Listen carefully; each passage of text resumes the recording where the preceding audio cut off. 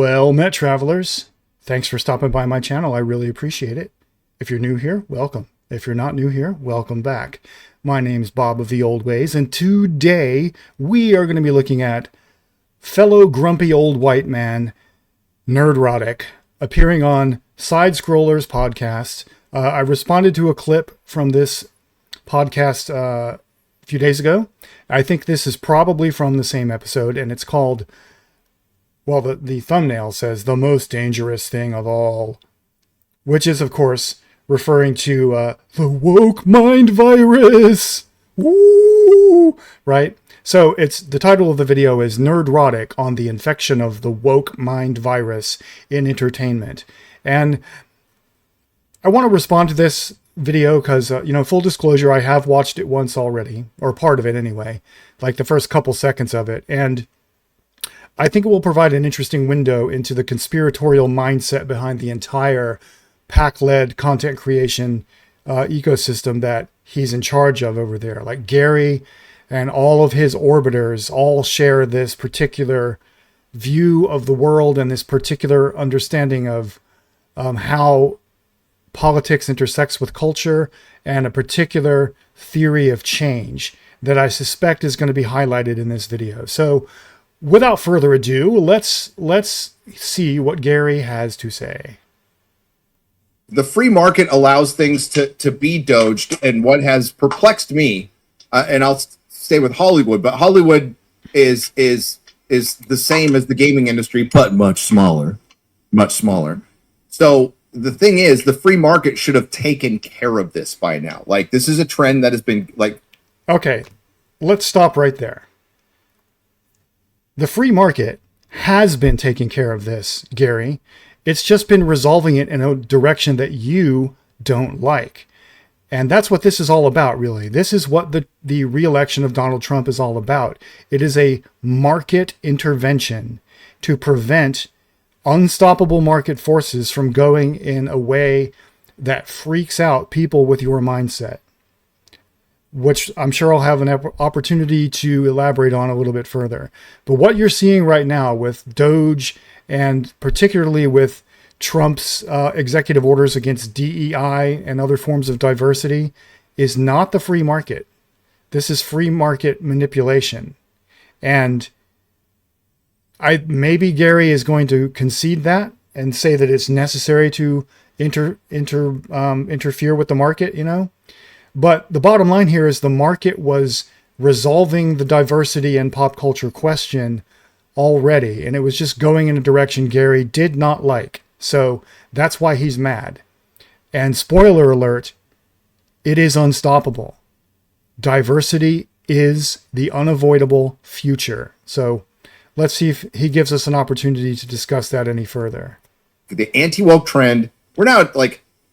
As far as the general public, they're sick of it. They're over it. Is the gaming industry in Hollywood going to be tired of making this stuff? No, they still... No, the public is not over it. This is why we keep seeing really, really popular franchises and so-called woke entries keep making money. What you guys do is focus on individual, what you define as individual failures, like the Marvels maybe, or... a video game no one heard of until it was canceled, or stuff like that, instead of looking at the big picture. And the big picture, the market trends, the cultural trends, have been going in the direction of diversity for years, and they will continue to do so because that is what the audience wants. You are the one who's trying to put a monkey wrench on the way the free market works here. Think they're right, so I want to make that clear. But the general consumption level of your paying customer is the tolerance of wokeness is starting to evaporate quickly, and that's good. Only in your dreams, buddy. But if those dreams help you sleep at night, okay. The free market should have taken care of this a couple of years ago. I would argue 4 years ago. It was already on the decline in Hollywood. It was pretty like Terminator Dark Fate is like a bellwether movie. That is one of the wokest intersectional feminist movies ever effing made. It went back into its own canon, killed John Connors in the first 5. Wait, Wait. You think Terminator Dark Fate was, number one, you think it was an intersectional feminist movie, which tells me you obviously don't understand intersectionality very well. And you think it was a bellwether movie because it didn't do well? Remember what I said a minute ago about how you guys pick anecdotes? You focus on individual failures rather than looking at trends? I rest my case, bro. 5 minutes of the movie. It's like the best worst example of there, and it failed back in 2019. So what kept this shit going for 4 years further? Because this is free market forces kept it going. They are unavoidable and inevitable. They cannot be stopped, no matter how hard you guys try. What's perplexed me as somebody who's just been a fan of pop culture, and I'm sure a lot of you guys in the audience, especially the older guys and gals, notice this too. We understand the cycles of trends. Like they go for 5-10 years, maybe, but usually it cycles out at 5 and 7 years. Every 20 years, there's nostalgia for the 20. It can go to 25 years, but there's a cycle of trends that always happens. This breaks every metric and every cycle. It went on way too long. Notice how Gary talks about pop culture trends as though they are somehow disconnected from the rest of civilization. That's what I wanted to talk about here. I expected him to say something like this because it demonstrates that he fundamentally does not understand how the world works. Gary and the Critical Drinker and that whole ecosystem of orbiters they have over there in the Pakled creation space, this is their theory of the world. They are infected by the brain rot that they got from Breitbart a few years ago. The idea that politics is downstream of culture, which is a complete bullshit idea, which I will explain. Hopefully you'll get the point as I go along. All right. So what Gary thinks happened, what people like this think happened with a particular issue, like say, gay marriage, for instance, same-sex marriage. This is what they think happened. They think that a few decades ago, a secretive cabal of rich gay people or gay adjacent people decided that they were going to force their morality on the rest of us and try to brainwash or groom an entire generation of Americans to be more open to gay culture. And so, according to this theory of change, that cabal of gay business owners or whatever took over Hollywood and gaming industries and comic books and so forth and started producing content aimed at children that would teach these children that it was okay to be gay and so forth, and that this generation of children would grow up, or in this case, did grow up, to become a generation that was more open and accepting and inclusive of queer people and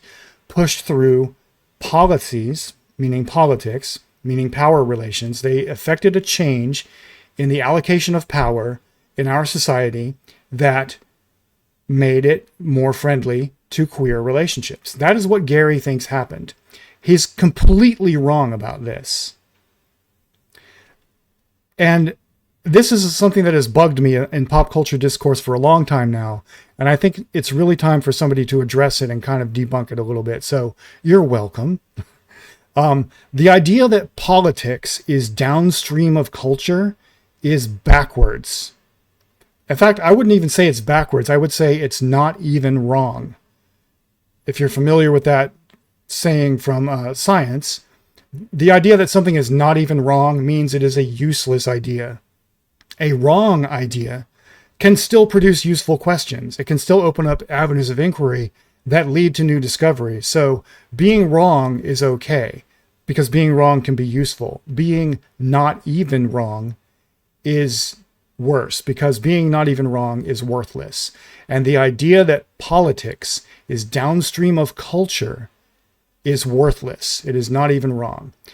The reality is this: politics and culture alike are both downstream of material conditions, as economists would describe it, or of material forces, or if you want to put it in an evolutionary context, of natural selection. And both politics and culture will reflect and will change in accordance with the selective pressures that are being put upon it by those material conditions. So with respect to things like diversity, again, what Gary thinks is happening, what his whole commune or whatever, fellowship, a name they need to keep out of their mouths, by the way, of anti-woke people over there think, they think that the way this happens is the free market wants to be non-woke, and a secretive cabal of gay or Jewish or trans or Satanist or PDF files or whatever, a secretive cabal of powerful moral degenerates have decided to impose their morality on the rest of us by brainwashing our kids and pushing their agenda into pop culture. What's actually happening is this. There is a demographic change happening. Number one, a majority of the people in the world are not white. This may come as a surprise to some people, but it's true. And we are in an increasingly global economy, which is an incentive for corporations like Disney and other media corporations to lean into diversity so they can open up new markets. The other thing that's happening is here in the United States, white people will very soon not be the majority.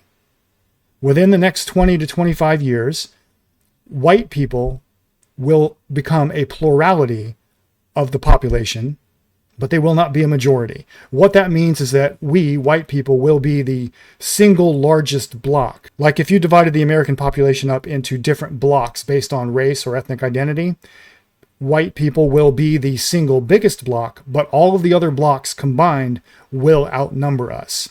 This is an unavoidable demographic reality in the United States. And everything we see happening in politics right now in the US is a freak out over that idea, because people who are frankly bigots cannot stand the idea that most Americans will not be white. It freaks them out. Now, if you're not a bigot, this won't freak you out.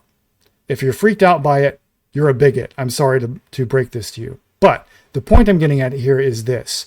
Companies like Disney, like Warner Brothers, Sony, Ubisoft, like all the big gaming companies, all the big comic book companies, all the big publishing companies, all of them have very smart people working for them. They have economists, they have actuaries, they have accountants, they have sociologists, they have historians.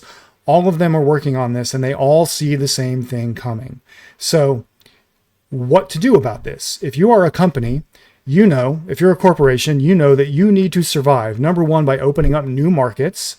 So you will lean into diversity because that's where the money is. Nobody forced this on the culture. It is a result of natural processes working out in a way that we as humans simply cannot stop. So corporations lean into woke, so-called diversity marketing so they can open up new markets for their products. And they are leaning into DEI policies internally and recruiting more minority workers, more people of color, more queer people, more women, and so forth, because they know they need to survive for the next 25 years or so. And the workforce that they are going to have to depend on in 25 years has just been born, or is already born and it is in preschool. So it is in their economic best interest to start educating and recruiting this generation right now, making it a friendly space for them so that when they grow up, they will be viable customers and viable laborers. And again, this is an objective material reality that is driving changes in culture and politics. One of those changes is the re-election of Donald Trump, which is an attempt to stop these forces from happening. But this attempt will fail, just like every other such attempt to do so has failed. This is why apartheid in South Africa failed. This is why Nazi Germany failed. Even if they kill millions of people in the effort to stop it, which I hope won't happen in the US, but it is a possibility. Even if they do that, it won't matter. In the end, demography, which is a material force. It is a selective pressure. It is a mechanism of natural selection. It is a mechanism of market pressure, will succeed. Diversity is the future. It cannot be stopped. If you are not a bigot, this should not bother you. So just keep that in mind when you watch grumpy old white men like Gary, whose content is being driven by paranoia over being excluded and fear of missing out because they're too old, right? These are the kind of people who think that if minorities become the majority, then that new majority will treat us, white people, like we have treated them. It remains to be seen whether that's true. I doubt that it is true, but all of this is because of people freaking out and having paranoia over an unavoidable and unstoppable change in the demographics of the entire world and in the economic forces that generates. Diversity cannot be stopped. It is inevitable. It is the future. This is why the Disney board of shareholders rejected anti-DEI proposals, and it is why you will see other media companies like Paramount and Sony and so forth who rushed into reversing their DEI initiatives out of fear within the next few years. They will reverse course.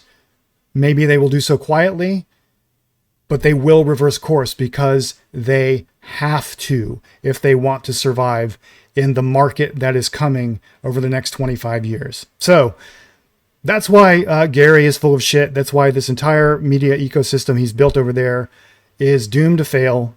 That's why it's entirely, all of it is silly all the way down and should not be paid attention to. If you liked what I had to say, you should pay attention to me.